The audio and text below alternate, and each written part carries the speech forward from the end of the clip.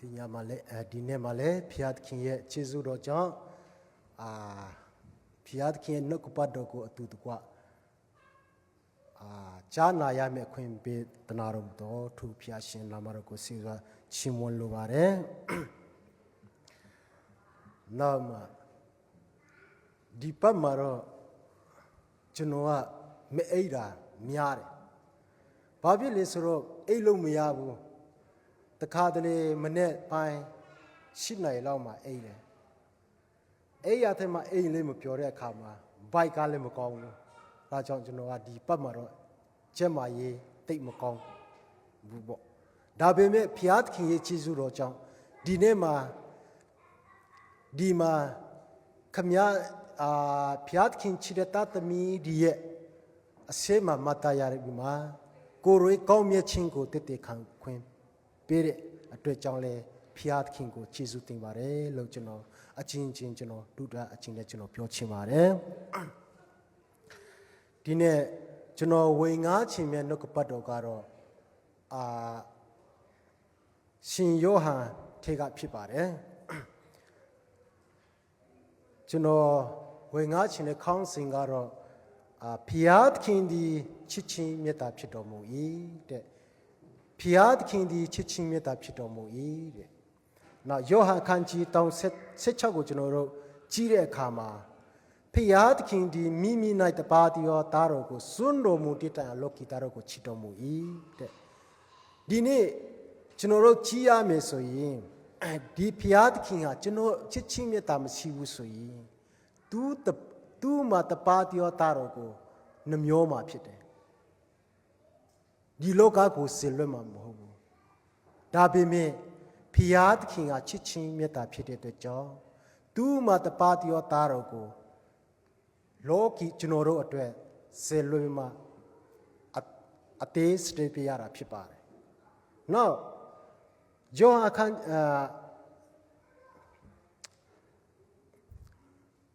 ဟန်ပထမစာဆောင်အခန်းကြီး4အခန်းငယ်10ထဲမှာကျွန်တော်တို့ပြန်ကြည့်တဲ့အခါမှာခါခွေလောက်မှာပေါ့နော်ပြန်ကြည့်တဲ့အခါမှာဘာတွေ့ရလဲဆိုတော့ဖျားသခင်ဒီချစ်ချင်းမေတ္တာဖြစ်တော်မူ၏လို့ကျွန်တော်တို့တွေ့ရပါတယ်ဒါကြောင့်ဖျားသခင်ဟာချစ်ချင်းမေတ္တာနဲ့ပြီးဆုံးတဲ့ဖျားဖြစ်ကြောင်းဒီနေ့ကျွန်တော်တက်တေခံရဝင်ငါချင်ပါတယ်လို့ကျွန်တော်ပြောချင်ပါတယ်အရင်ဆုံးကျွန်တော်တို့ဖျားရှင်ကိုဆုတောင်းကြရအောင်ကောင်းကင်နေမြေကြီးကိုဖန်ဆင်းတော်မူသောကျွန်တော်တို့အဖကိုရိုချစ်ချင်းမြတ်တာဒီကျွန်တော်တို့သားသမီးအယောက်စီတဲ့ပေါ်မှာကြီးမြတ်လာတော်မူကြီးမြတ်တော်မူ၏ကိုရိုချစ်ချင်းမြတ်တာဒီကျွန်တော်တို့ရဲ့နှုတ်အားဖြင့်တော်လကောင်းစာအားဖြင့်တော်လကောင်းဖိုးရွေမမီနှုတ်အားဖြင့်တော်ကောင်းချီးမွမ်းရွေမကုန်နိုင်ပါဒီချစ်ချင်းမေတ္တာအကြောင်းကိုဒီနေ့ကျွန်တော်တို့ကြားနာရမယ့်အယောက်စီတိုင်းရဲ့နှလုံးသားထဲမှာစကားပြောတော်မူပါကျွန်တော်ရဲ့နှုတ်ပစကိုတုံးပြချင်းအဖြစ်ကိုရိုတာသမီအယောက်စီတိုင်းရဲ့နှလုံးသားထဲမှာဒီချစ်ချင်းမေတ္တာအကြောင်းကိုနှလုံးသွင်း၍ကိုရိုကိုပိုးပြီးမှနိကချီကတော့ဝင်ပြီးကိုရိုကျေးဇူးတရားကိုနားလည်ပြီးကိုရိုကိုအစဉ်အမြဲချီးမွမ်းတတ်တဲ့အသက်တာများပိုင်ဆိုင်စေတော်မူပါကောင်းကြီးဖြစ်စေတော်မူပါယေရှုနာမအဖြစ်ဒီနှုတ်ပတ်တော်ကိုလက်တော်၌အာနံပါဖဖျားရှင်အာမင်ယောဟန်ခန်းကြီး3အခန်းငယ်16မှာတွေ့ရတယ်လို့ဖျားသခင်ဟာမိမိတပါးသောသားတော်ကိုစွန့်တော်မူတည်တိုင်အောင်ကျွန်တော်တို့အပြစ်ဒီကိုချစ်တယ်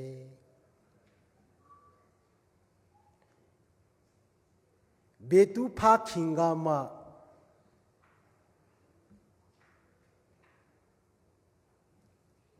ချစ်တယ်ဆိုပြီးမှသူ့သားကိုသူများအတွက်ပေးစားတာတယောက်မှလောကမှာမရှိဘူးထင်တယ်ကျွန်တော်အကူတယောက်ကျွန်တော်မလေးရှားကနဲ့ဒီအမေရိကန်တွားတော့မယ်အဲ့ဒီချိန်မှာနင်းသားကိုငါနောက်လွှဲလိုက်ငါကအမေရိကန်ပါသွားမယ်လို့ကျွန်တော်ပြောပေးတယ်ဒါပေမဲ့ အစားမှာတော့ဟောက်ကဲဆိုမှနောက်ဆုံးမှာတော့သူ့သားကိုမပြေးချင်ဘူးကြည့်လူတွေကဘလောက်ပဲချစ်တယ်ဆိုမှ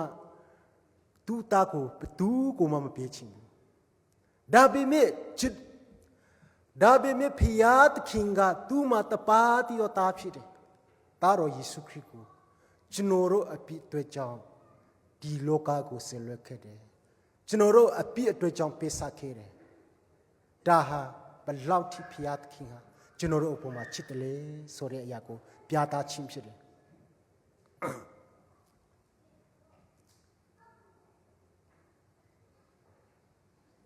နော်အခန်းငယ်ကိုရှင်ယောဟန်ပထမဆောင်အခန်းကြီးလက်အခန်းငယ်ကိုကျွန်တော်တို့ပြန်ကြည့်တဲ့အခါမှာငါတို့ဒီထာဝရအသေးရချင်းကဖျားသခင်ဒီတပါးတည်တော်သားတော်ကိုဤလောကသို့ဆင်လွှတ်တော်မူ၏လို့ရေးထားတယ်ကျွန်တော်တို့တွေ့ရတယ်ဒါဆိုရင်ဖျားသခင်ချစ်ချင်းမြတ်တာတကယ်ဖျားသခင်ချစ်ချင်းမြတ်တာအရှင်မဟုတ်ဘူးလားဒီကျမ်းစာကိုကြည့်ချင်းအဖြစ်ဒီအရာကဖျားသခင်ချစ်ချင်းမြတ်တာကိုထင်ရှားစေတဲ့အရာဖြစ်တယ်ဒါကြောင့်ဖျားသခင်ကချစ်ချင်းမြတ်တာရှိတဲ့ဖျားဖြစ်တယ်ဆိုတာကျွန်တော်ဒီနေ့တက်တက်ခံချင်းတယ်ဒါဆိုရင်ကျွန်တော်တို့ဟာဘာဖြစ်လို့ကျွန်တော်တို့ကိုဒီလောကကိုကြွားရတယ်လဲဆိုရင်ကျွန်တော်တို့နောက်ဓမ္မဟောင်းကိုပြန်လှန်တဲ့အခါမှာကဘာဦးကြအခန်းကြီးနည်းထဲမှာကျွန်တော်တို့ကြီးတဲ့အခါမှာဒီအတီးကိုမစားနဲ့စားတော့နေနိုင်ဧကအမှန်တရားမယ်ဆိုတဲ့ပညတ်ချက်ရှိတယ်အဲဒီပညတ်ချက်ကိုကျွန်တော်တို့ချိုးဖောက်ခဲ့တယ်နားလည်နေအောင်ကျွန်တော်တို့ချိုးဖောက်ခဲ့တယ်ဒါပေမဲ့ကျွန်တော်တို့ကမချိုးဖောက်ပါဘူးငါမစားပါဘူးငါမသိပါဘူးလို့ပြောနိုင်တယ်ကျွန်တော်တို့ရဲ့အဘာကဘာတူလဲကျွန်တော်ပြန်စဉ်းစားရပါအဲဒီမှာအာဒမ်နဲ့အေဝါသူတို့ရဲ့အပြစ်ဟာကျွန်တော်တို့ယခုဒီနေ့အထိဆင်းတက်လာတာဖြစ်တာဒါကြောင့်ဒီအရာကိုကျွန်တော်တို့ကချိုးဖောက်တဲ့အတွက်ကြောင့်ကျွန်တော်တို့တည်ရမှာကျွန်တော်တို့တည်ရမယ်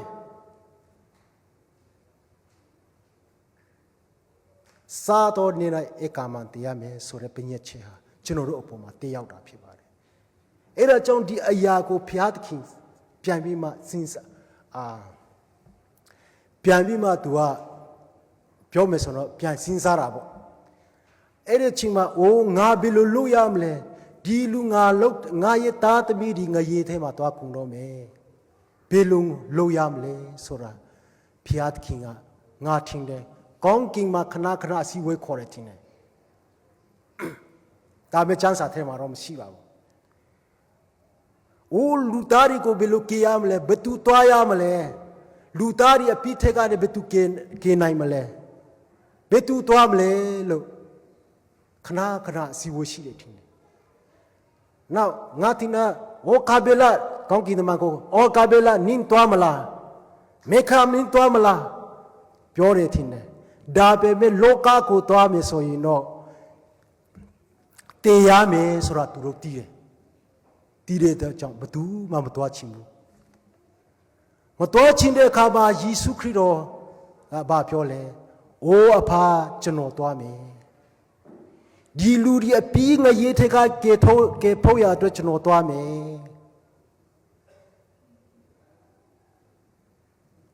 ဒီနေ့ယေရှုခရစ်တော်ဒါဆိုရင်မာဒါမဲ့ကျမ်းစာထဲမှာတော့မရှိပါဘူးเนาะ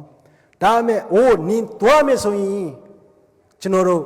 ပြင်ရင်လုပ်ရမယ်ဥပမာတစ္ဆာဆူရမယ်ဆိုမှတစ္ဆာရဲ့ခွက်ဖလားကိုတောက်တယ်ထင်ကျွန်တော်ရဲ့ထင်တာပြောတာပါဒါကျမ်းစာထဲမှာတော့မရှိပါဘူးတောက်ပြီးမှဒီလောကမှာကြွလာတာဖြစ်ပါတယ်ဘာကြောင့်လဲလူတွေကအကုန်လုံးအပြစ်ကြောင့်တည်ရတော့မယ်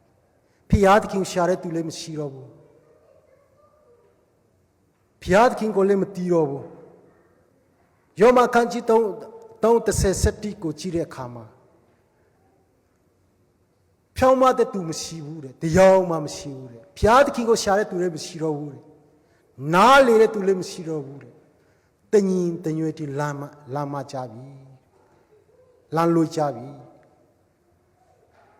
ဒါကြောင့်အပီးစီးတဲ့တော့ကြောင့်လူသားဟာကျွန်တော်တို့လူသားတွေဟာတည်ရတော့မယ်ယောမခန်းကြီး6ကို636ကိုပြန်ကြည့်တဲ့အခါမှာအပီးရဲ့ခါတရားကတည်ခြင်းဒါကြောင့်ကျွန်တော်တို့လူသားတွေကအကုန်လုံးတည်ရတော့မယ်ဒီတည်ခြင်းတရားကိုဘုရားသခင်ကအလိုတော်မရှိဘူးကျွန်တော်တို့အပေါ်မှာဘယ်လောက်ထိဘုရားသခင်ချစ်တယ်လဲသူသားကိုမှနှမျောပဲနဲ့ဒီလောကကိုစေလွှတ်ခဲ့တယ်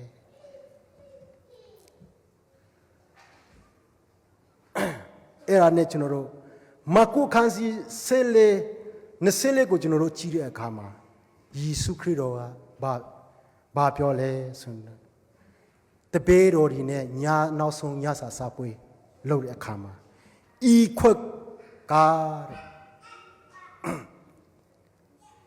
ဤခွက်ကပရိယန်တရားတိနဲ့ဆိုင်၍လူများအဖို့အလိုငါတွန်းလောင်းတော့ငါရဲ့အတွေ့ဖြစ်ဤခွက်ကဒါကြောင့်ခွက်ဟာအသွေးတော်ကိုပုံဆောင်တာဖြစ်တယ်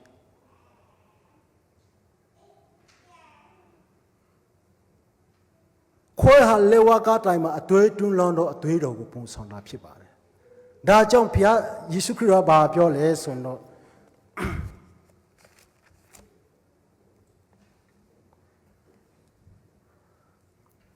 ဤစပီးရေမျိုးအတိကိုဘုရားသခင်နိုင်ငံတော်၌ငါမတောက်မီနှစ်တိုင်အောင်ယခုမှစ၍တဖန်ငါမတောက်ရဟုမြင်တော်မူ၏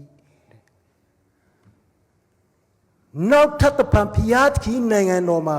ဒီခွက်မတောက်မချင်းတဲ့ငါခုမှစား၍ဘယ်တော့မှမတောက်ဘူးတဲ့ဒါကြောင့်ဘုရားယေရှုခရစ်တော်ကနောက်တစ်ခါကြွလာတဲ့အခါမှာဒီခွက်ပလားကိုတောက်ဖို့မဟုတ်တော့ဘူးဒီသစ္စာရေကိုဆူဖို့မဟုတ်တော့ဘူးသစ္စာရေတောက်ဖို့မဟုတ်တော့ဘူးဒီပရိညင်တိကိုလည်းမချုပ်တော့ဘူးဒုတိယကျင်ဆိုကြွလာတဲ့အခါမှာယေရှုခရစ်တော်ကဖယင်တကားထက်ဖယင်နဲ့လာတော့မယ်တရားစီရင်ဖို့ပဲလာတော့မယ်ငါတို့ကိုကယ်တင်ဖို့မလာတော့ဘူးဒီချမ်းစာအရာအဲ့ဒါကြောင့်ချစ်တော်မိတ်ဆွေတို့ဒီနေ့ဖျားသခင်ဟာယေရှုခရစ်တော်ဟာအခုချိန်မှာတော့ငါတို့အပြစ်ကနေကယ်တင်ဖို့ရန်အတွက်ကြွလာရခြင်းဖြစ်တယ်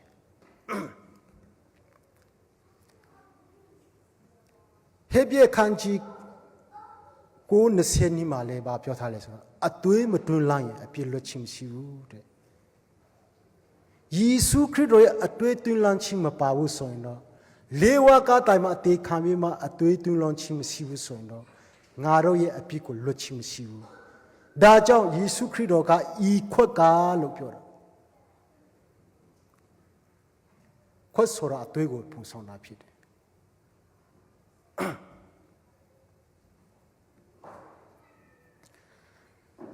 ဒါပေမဲ့ယေရှုခရစ်တော်ဒီအရာကိုမကြောက်ဘူးလားတည်ရမှမကြောက်ဘူးလားယေရှုခရစ်လည်းကြောက်တယ်ယေရှုခရစ်တော်ကကြောက်တတ်တဲ့စိတ်ရှိတယ်ပျော်ရွှင်တဲ့စိတ်ရှိတယ်ငိုတတ်တဲ့စိတ်ရှိတယ်လူမှုရေးလည်းရှိတယ်ယေရှုခရစ်တော်မှာမြည်ရကြတယ်ယေရှုခရစ်တော်မြည်ရကြတတ်တယ်ဘယ်မှာလဲဆိုတော့ယေရုရှလင်ကိုသွားတဲ့အခါမှာယေရှုခရစ်တော်မြည်ရကြတယ်ဆိုတာကျွန်တော်တို့ကျမ်းစာထဲမှာတွေ့တယ်စိတ်ဆိုးတဲ့ဆိုတာယေရုရှလင်မှာသွားတဲ့အခါမှာပဲဘာဖြစ်လို့ဒီယေရုရှလင်ဗိမာန်တော်ဟာငါအဘယေရှုတောင်းတဲ့နေရာဖြစ်တယ်ဘာကြောင့်ဒီတို့ကစီးပွားရေးလုပ်တယ်လဲအယောအဝယ်လုပ်တယ်စိတ်ဆိုးတယ်ဘာကြောင့်လဲယေရှုခရစ်တော်ကတရားမှတရားဖျားဖြစ်တယ်လို့တရားမှတရားလူသားဖြစ်တဲ့အတွက်ကြောင့်လူစားတိကိုခံတဲ့အတွက်ကြောင့်ဖြစ်တယ်ဒါကြောင့်ဒီတေချင်းတရားမြအရာကို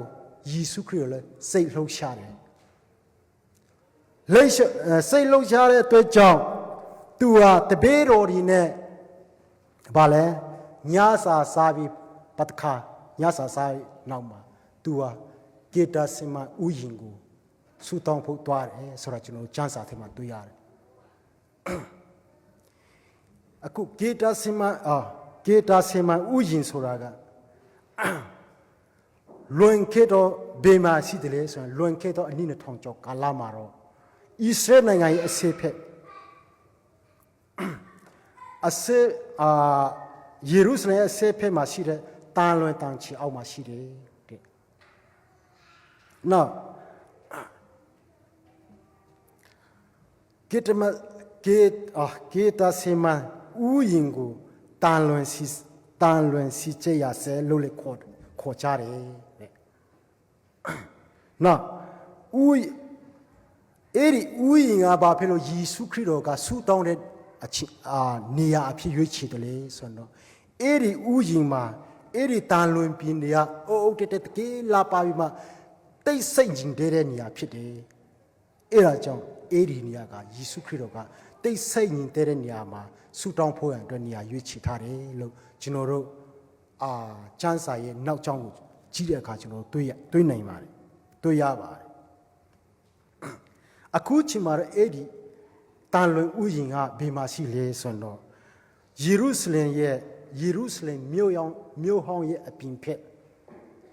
ဒရုံချောင်းကိုဖျက်ပြီးမှတန်လွင်တောင်ချေရဲ့တောင်ရဲ့အောက်ခြေမှာရှိတယ်လို့ပြောကြတယ်ဒါပေမဲ့ကျွန်တော်ကတော့မရောက်ဘူးအဲ့ဒီဆူတောင်းတဲ့အချိန်ကဘယ်အချိန်လဲဆိုရင်တော့AD 30ဝန်းကျင်မှာဆူတောင်းတာဖြစ်တယ်ယေရှုခရစ်တော်ယေရှုခရစ်တော်AD 30ဝန်းကျင်မှာဆူတောင်းတဲ့အချိန်ဖြစ်တယ်ဒါပေမဲ့ယေရှုခရစ်တော်အဲ့ဒီဆူတောင်းတဲ့အခါမှာသူ့ရဲ့ဒီကနဲ့နဖူးကနဲ့ထွက်တဲ့ချွေးတရားတဲ့ချွေးစက်တရားတွေးစက်ကဲတော့ဖြစ်တယ်တဲ့အသွေးကဲတော့ဖြစ်တယ်ကြားတယ်တဲ့မြေပေါ်မှာကြားတယ်လို့ကျမ်းစာအရကျွန်တော်တို့တွေ့ရပါဒါဆိုရင်ယေရှုခရစ်တော်ကကြောက်တတ်သလားမကြောက်တတ်ဘူးလားဆိုတာကျွန်တော်တို့တမန်ကျမ်းစာထဲမှာကျွန်တော်တို့ကြည့်ရအောင် तू ကစိတ်လှုပ်ရှားသလားဟောတော့ကြောက်တာမဟုတ်ပဲစိတ်လှုပ်ရှားသလားမလှုပ်ရှားဘူးလားဆိုတာကျွန်တော်တို့ကြည့်ရအောင်ရှိမကိုဩဝါဒစာခရစ်ဝင်ကျမ်းရှိမကိုခရစ်ဝင်ကျမ်းအခန်းကြီး14အငယ်34ကိုကျွန်တော်တို့34ကနေစရအောင်ထိုအခါ32ကနေကျွန်တော်တို့ဖတ်ကြည့်ရအောင်ထိုအခါကေတစင်မအရတုယောက်ျားလင်ကိုရောကငါဆူတောင်းစီတွင်တင်တို့ဒီဤအရ၌ထိုင်ကြလောဟုတပည့်တော်တို့အားမင်းတော်မူပြီးမှပေတရုယာကုပ်ယောဟန်တို့ကိုခေါ်သွား၍မိမောတွေဝေချင်းစိတ်ပူပန်ခြင်းတို့ရောက်တော်မူ၏ထိုအခါငါသည်တေလောက်အောင်စိတ်နှလုံးအလွင်ညှိုးညင်ခြင်းရှိဤအရ၌စောင်းနေကြလောဟုတပည့်တော်သုံးယောက်တို့အားမင်းတော်မူ၍ထိုမှအနည်းငယ်လွင်ပြန်လျင်မြေပေါ်မှာဝဲ၍အိုးအဖာခမီတော်ကိုရောဒီအလုံးစုံတို့ကိုတတ်နိုင်တော်မူ၏ဤခွက်ကိုအာကျွန်ုံမှလွတ်တော်မူပါတုတ်တော်လေအာကျွန်ုံအလိုရှိသည့်အတိုင်းမဖြစ်ပါစေနဲ့ကိုရောအလိုရှိသည့်အတိုင်းဖြစ်ပါစေဟူတော့ထိုအချင်းနာရီဒီမိမိနဲ့လွန်သွားနိုင်လေလွန်သွားပါမည်အကြောင်းဆုတောင်းတော်မူပြီးမှ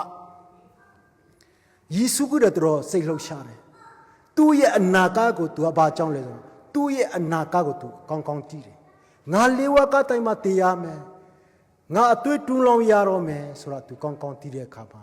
သူ့ရဲ့ဒီအလုပ်ဒီကိုလှုပ်ရတော့မယ်ဆိုတာယေရှုခရစ်ကတီးတဲ့အခါမှာသူ့ရဲ့နှလုံးသားတွေကဘာပြောလဲတည်လောက်အောင်တဲ့တည်လောက်အောင်စိတ်နှလုံးအလွန်ညှို့ညင်ခြင်းရှိသူစိတ်တွေကလှုပ်ရှားတယ်ငါဒီအလုပ်ကိုလုပ်ရတော့မယ်ဆိုတာသိတဲ့အခါမှာသူ့ရဲ့စိတ်တွေကလှုပ်ရှားတယ်နောက်အောက်ကိုကျွန်တော်တို့ပြန်ကြည့်တဲ့အခါယေရှုခရစ်တော် အဲ့ဒီမှာဆူတောင်းတဲ့အခါမှာပြောလဲဆိုတော့ဒီမှာလာပြီးအိုးအဖာတဲ့အိုးအဖာ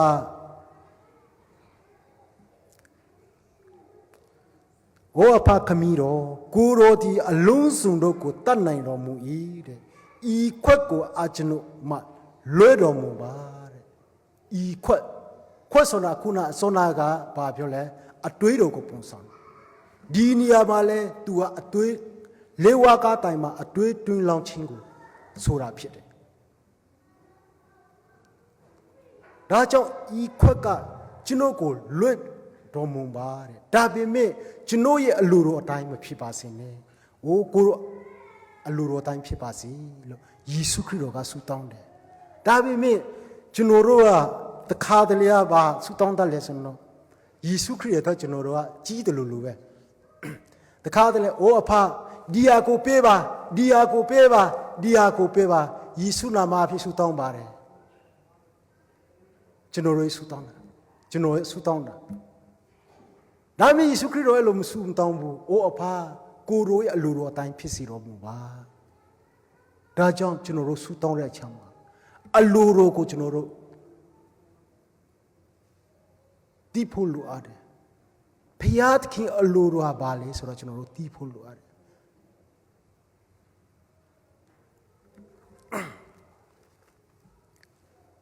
ဒါနဲ့तू ကလေဝါကားတိုင်မှာအသေးခံရမယ်ဆိုတဲ့အရာကို तू ကတီးတဲ့အခါမှာ तू ရဲ့စိတ်နှလုံးကြီးကလှုပ်ရှားတယ်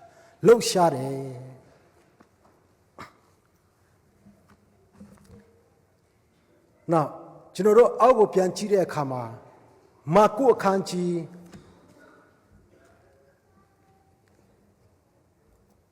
ထဲမှာကျွန်တော်တို့ကြည့်တဲ့အခါမှာဆူတောင်းတယ်တဲ့အဲ့ဒီဆူတောင်းပြီးရင်ဘာလဲသူ့ကိုဖမ်းမဲ့သူတွေကသူ့နားမှာရောက်လာပြီ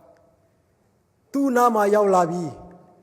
ယေရှုကိုဖမ်းဖို့လေဝါကားတိုင်မှာအသွေးတွန်းလောင်းဖို့ရနိစက်လာသူ့ကိုယေရှုခရစ်တော်ဖမ်းကြတယ်တဲ့အဲ့ဒီဆူတောင်းတဲ့နေရာမှာဘာမိမဘေကိုပို့ဆောင်တယ်လေဆိုတော့တရားယူဟေရိုမီရှေမာပယ်လာမီရှေမာပို့ဆောင်တယ်အဲ့ဒီယူရလူတွေကကျွန်တော်တို့အပြည့်အတွက်ရိုက်နေချင်းကိုခံတယ်ပြည်ရပြိုးချင်းတွေလောင်ပြောင်ချင်းတွေကိုယေရှုခရစ်ခံခဲ့တယ်ကျွန်တော်တို့အပြည့်ကြောင့်ကျွန်တော်တို့ကိုချစ်တော်ကြောင့်ယေရှုခရစ်တော်ချစ်ချင်းမြတ်တာဖျားဖြစ်တော်ကြောင့်ရိုက်ကြတဲ့ဒဏ်ချေတော်တဲ့သွေးတော်နဲ့အသွေးတွေနဲ့ထွေးမှာ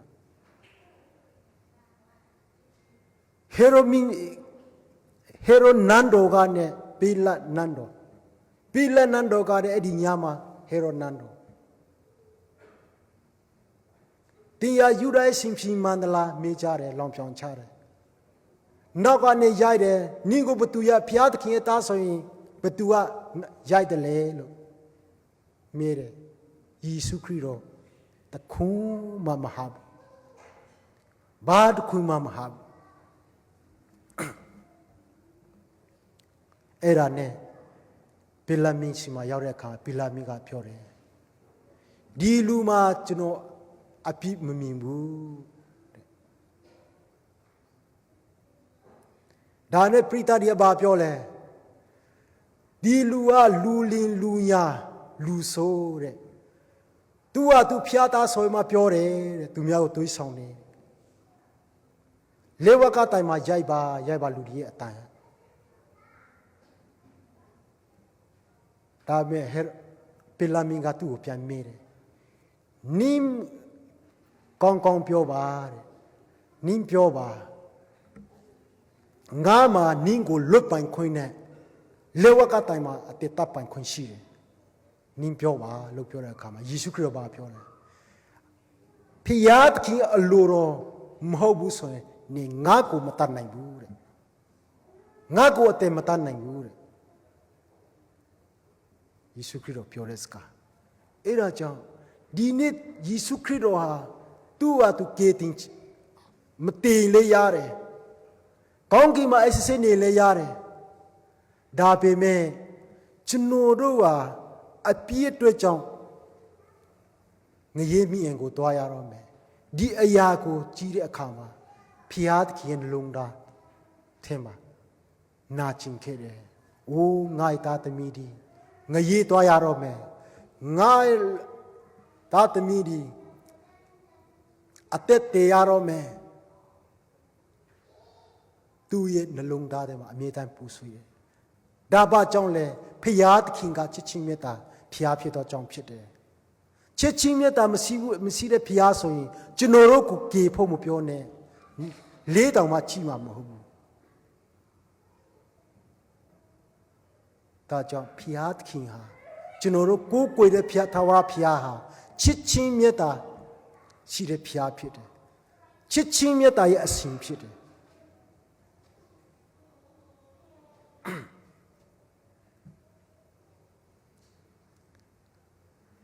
ဒါနဲ့ယေရှုခရစ်တော်ဟာလေဝါကတိုင်မှာယူရာလူတွေကလေဝါကတိုင်မှာတပ်ဖို့ရအတွက်ဘယ်လိုလဲခေါ်သွားပြီသူကားတိုင်မှာတိုက်ရမဲ့ကားတိုင်ကလည်းသူ့ကိုယ်တိုင်ထန်ခဲ့တယ်ယေရှုခရစ်တော်က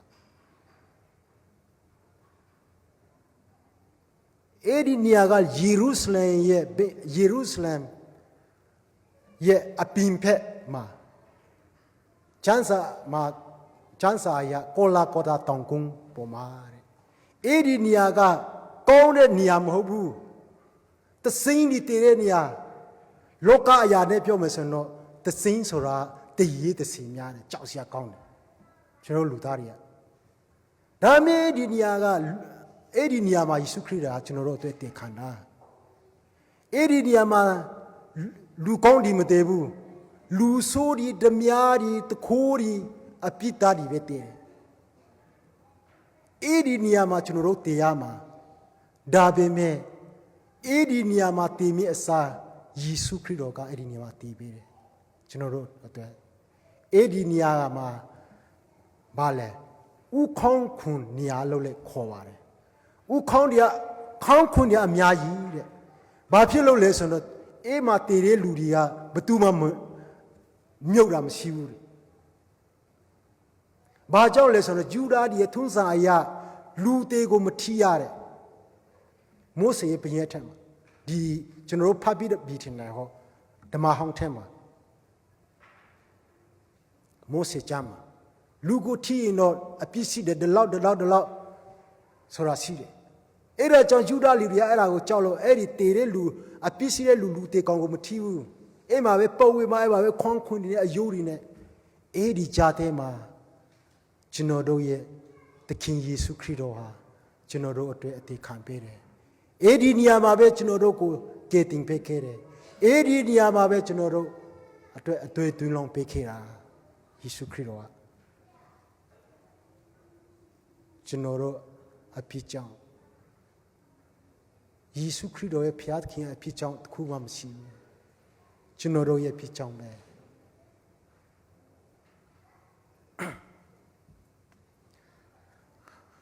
မာကုခန်းကြီးစင်ငါ30လေးကိုပြန်ကြည့်တဲ့အခါမှာအဲ့ဒီလေဝါကတိုင်မှာနေတဲ့အခါမှာသူ့အဖားခမီးတော်တောင်မှသူ့ကိုနောက်ကျောခိုင်းတယ်မကြည်ရဘူးသူ့ရဲ့ဒဏ်ချက်ရစ်ဆက်ဒဏ်ချက်ဒီကိုမကြည်ရတော့ဘူးအိုးငါထင်တယ်အိုးငါလှုပ်တာမားသွားပြီလားလို့ထင်လာတော့ထင်တယ်မကြည်ရတော့ဘူးတနာလို့ချစ်လို့သူ့သားကိုချစ်လို့မကြည်ရတော့ဘူးကျွန်တော်တို့စီမှာလေဟောကသူ့သားကဘိုင်းနာလို့သူဘိုင်းနာတာနာတဲ့သူ့အဖေကနောက်ဆုံးမှာတော့စီရီဘာရီလုံးလင်းပေးတယ်နောက်ဆုံးမှာပိုမနာတဲ့အခါမှာသူ့အဖေကသူ့ကိုချစ်တယ်ဒါပေမဲ့ချီရတာနဲ့သူ့ရဲ့အနာတွေကိုမကြည့်နဲ့လို့အပင်ထွက်သွားတယ်သူ့သားကအဲ့မှာနာမနောက်ဆုံးမှာအသေးဆုံးသွားတယ်ဒါသူ့အဖေအပင်ထွက်သွားတာမချစ်လို့မဟုတ်ပါဘူးချီလို့မကြည့်ရလို့ အဲ့လိုပဲယေရှုခရစ်တော်လက်ဝါးကတိုင်မှာကျွန်တော်တို့အတွက်အတေခိုင်မှာဒဏ်ချက်တော်နဲ့ဒဏ်ရာဒဏ်ချက်တွေနဲ့ယူဒာလူကြီးကနေစစ်တဲ့ခါမှာယေရှုခရစ်တော်အဖျားသခင်ကမကြည့်ရနောက်လှည့်သွားတယ်နောက်ကြောက်ခိုင်းသွားတယ်အဲ့ဒါကအဲ့ဒီချိန်မှာယေရှုခရစ်တော်ဘာပြောလဲဆိုရင်တော့အေလီအေလီလာမရှာဘာခါတာနီဟုကြီးတော့အတာနဲ့ကြွေးကြော်တယ်အဲ့ဒီအဓိပ္ပာယ်ကဘာလဲအိုးကျွန်ုပ်ဖျားအကျွန်ုပ်ဖျားအဘေးကြောင့်ကျွန်ုပ်ကိုစွန့်ပစ်သည်နီ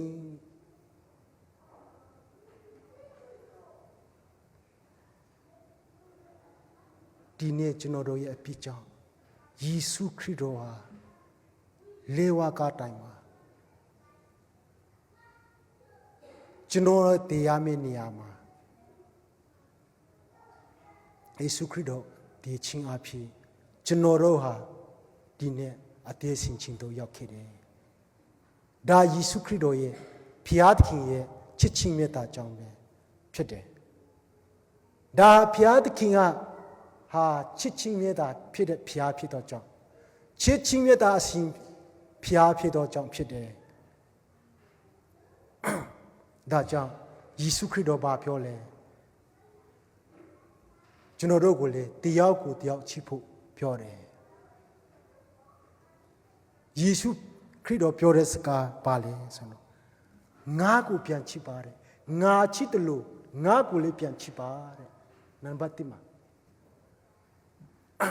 အဲ့ဒါကမာသဲအခန်းကြီး20အခန်းငယ်30ခွန်34ကိုကျွန်တော်တို့ကြည့်တဲ့အခါမှာယေရှုကတင်ဤဖျားသခင်ထာဝရဖျားကိုစိတ်နှလုံးအကျွမ်းမြင့်ဉာဏ်ရှိသမျှနဲ့ချစ်လောဒီနေ့ကျွန်တော်တို့မြင့်တာစုမှာဖြစ်ကျွန်တော်တို့ရီစာဘွားမှာထားပါတော့ရီစာဘွားမှာကျွန်တော်တို့မင်္ဂလာတရားကိုချစ်ပြီးဆိုရင်တော့အဲ့ဒီအချစ်ကိုကျွန်တော်တို့မခံဘူးဆိုရင်တော့ကျွန်တော်တို့ကအဲ့ဒီမင်္ဂလာကိုပြန်ချစ်မှာလားကျွန်တော်တို့ကမင်္ဂလာတရားကိုချစ်တယ်ချီမှချစ်စကားပြောတယ်ချစ်တယ်ဒါပေမဲ့မင်္ဂလာကကျွန်တော်တို့ကိုမချစ်ဘူးဆိုရင်ကျွန်တော်တို့ကပြန်ချစ်တတ်မှာလားဘယ်တော့မှမချစ်တတ်ဘူးဒါကြောင့်ဒီနေ့ယေရှုခရစ်တော်ကယေရှုခရစ်တော်ကိုကျွန်တော်တို့ကချစ်တာမဟုတ်ဘူးယေရှုခရစ်ဘုရားသခင်ကကျွန်တော်တို့အပေါ်မှာပထမဆုံးချစ်တဲ့အတွက်ကြောင့်ကျွန်တော်တို့လည်းဘုရားသခင်ကိုချစ်ဖို့ဖြစ်တယ်ဘုရားသခင်ကိုတောင်းဆိုဘုရားကလည်းယေရှုခရစ်တော်ကလည်းတောင်းဆိုတာဖြစ်တယ်ဒါကြောင့်ဒီနေ့ကျွန်တော်ယုံကြည်သူများဖျားရည်သားသမီးများကျွန်တော်တို့ဖျားသခင်ကိုချစ်တဲ့အခါမှာအကျွမ်းမဲ့နှလုံးအကျွမ်းမဲ့ဉာဏ်ရှိသမျှနဲ့ချစ်ဖို့လိုတယ်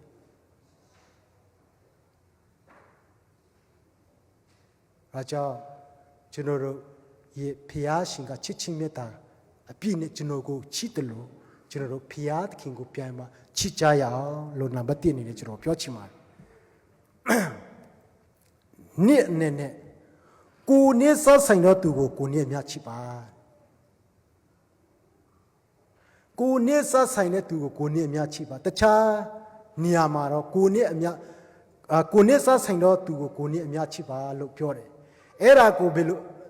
တခြားနေရာမှာတော့ကိုဤနီနာချင်းကိုချစ်ပါဒါပေမဲ့ဒီနေ့ကျွန်တော်ပြောချင်တာကတော့ကိုနေအများချစ်ကိုနေစားဆိုင်သူကိုကိုနေအများချစ်ပါဆိုတဲ့နေရာမှာကျွန်တော်ကဒီလိုမျိုးအစားထိုးခြင်းတယ်ကိုနေအမြတ်ကိုနေစားဆိုင်တော့သူဟာမိသားစုမဟုတ်ရင်အသိန်းတော်ကျွန်တော်အရင်မှာကျွန်တော်ဝင်ငါခဲ့တယ်မိသားစုဟာအသိန်းတော်နဲ့တူတယ်အသိန်းတော်ဟာမိသားစုနဲ့တူတယ်လို့ကျွန်တော်ဝင်ငါခဲ့ဘူးတယ်ဒါကြောင့်ကိုနေစားဆိုင်ကျွန်တော်နေစားဆိုင်တော့ဒီအသိန်းတော်ပဲကျွန်တော်နဲ့စားဆိုင်တာဟာကကျွန်တော်မိသားစုပဲဒါကြောင့်ကျွန်တော်နဲ့စားကိုနဲ့စားဆိုင်တဲ့သူကိုကိုနဲ့အများချစ်ပါဆိုတဲ့ကျွန်တော်မိသားစုအတင်းတော်ကိုချစ်ဖို့ဖြစ်တယ်ဥပမာမိသားစုအတင်းတော်မှာမချစ်တဲ့အချစ်တော်နှလုံးသားမရှိဘူးမချစ်နိုင်ဘူးဆိုရင်ကျွန်တော်တို့အတင်းတော်ဘယ်လိုနေမလဲကျွန်တော်တို့မိသားစုတွေမှာကိုနဲ့အများမချစ်ဘူးဆိုရင်မိသားစုဘယ်လိုဖြစ်မလဲကျွန်တော်တို့စဉ်းစားလို့ရတယ်နော်ဒါကြောင့်ကိုနဲ့စားဆိုင်တဲ့သူကိုကိုနဲ့အများချစ်ပါဆိုတော့ ဤနီးနာချင်းကိုချစ်ပါလို့တခြားနေရာမှာတော့ပြောတယ်ဒါပေမဲ့ဒီနေ့ကျွန်တော်တို့အသင်းတော်ကိုအသင်းတော်အချင်းချင်းကိုကျွန်တော်တို့ချစ်ကြဖို့ကျွန်တော်ပြောချင်တယ်မိသားစုကိုချစ်ဖို့ကျွန်တော်ပြောချင်တယ်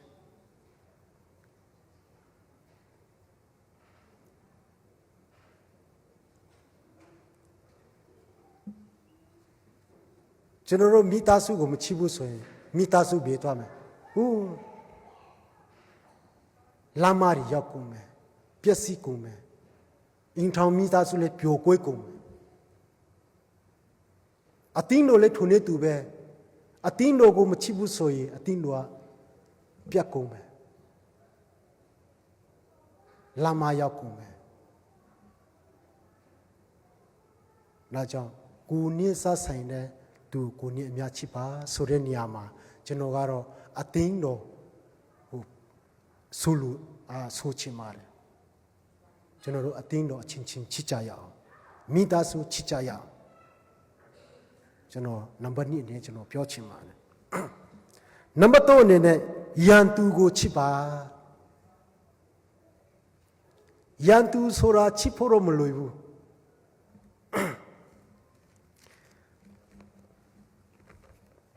ယန်သူကိုချစ်ပါတဲ့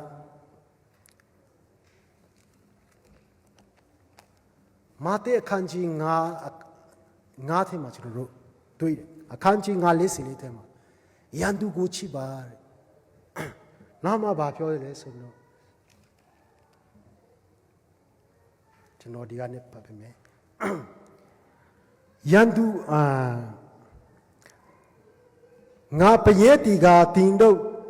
ဒီကောင်းကင်ဘုံ၌ရှိတော်မူသောတင်တို့အပါဤသားဖြစ်လို့သောငါ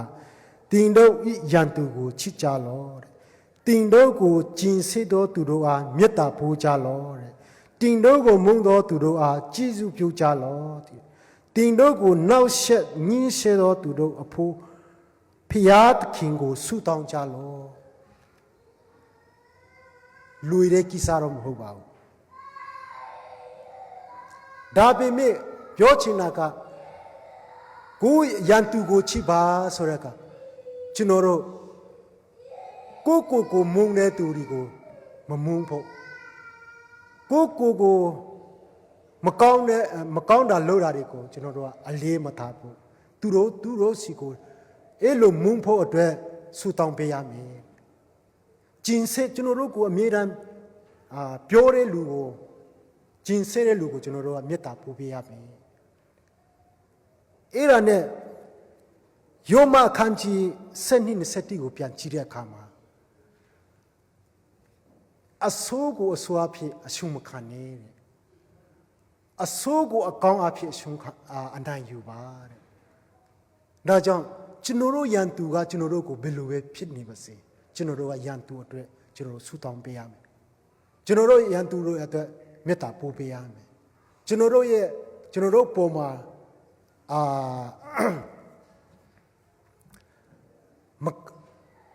မကောင်းကြံစည်ဆေးချိုတာဒီအပေါ်မှာကျွန်တော်တို့ကဆူတောင်းပေးဖို့လိုတယ်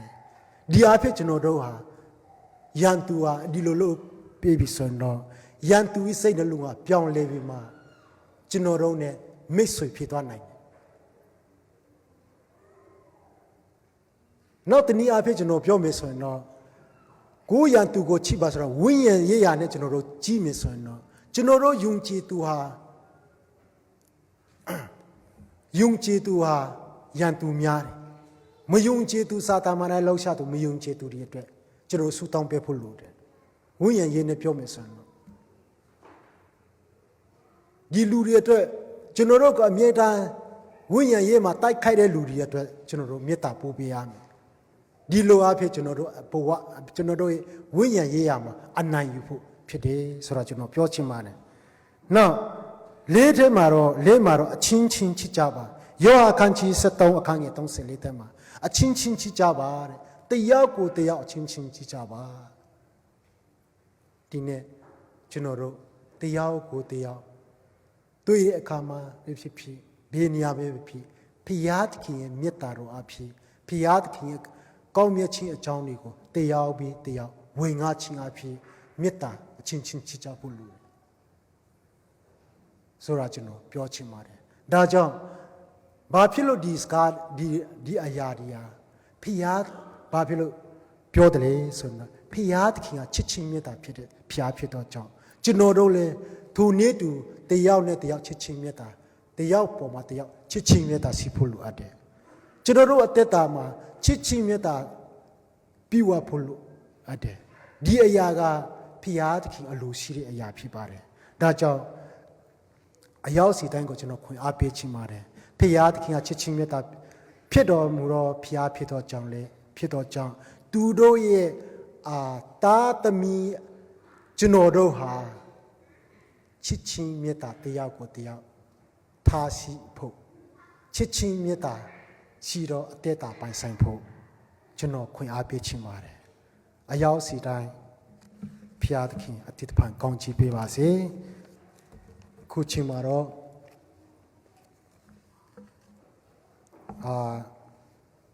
ကျွန်တော်တို့အကောင်းချီးပေးဖို့အတွက်ကျွန်တော်တို့တည်အိုဆရာကိုယေရှုနာမအဖြစ်ဖိတ်ခေါ်ကြရအောင်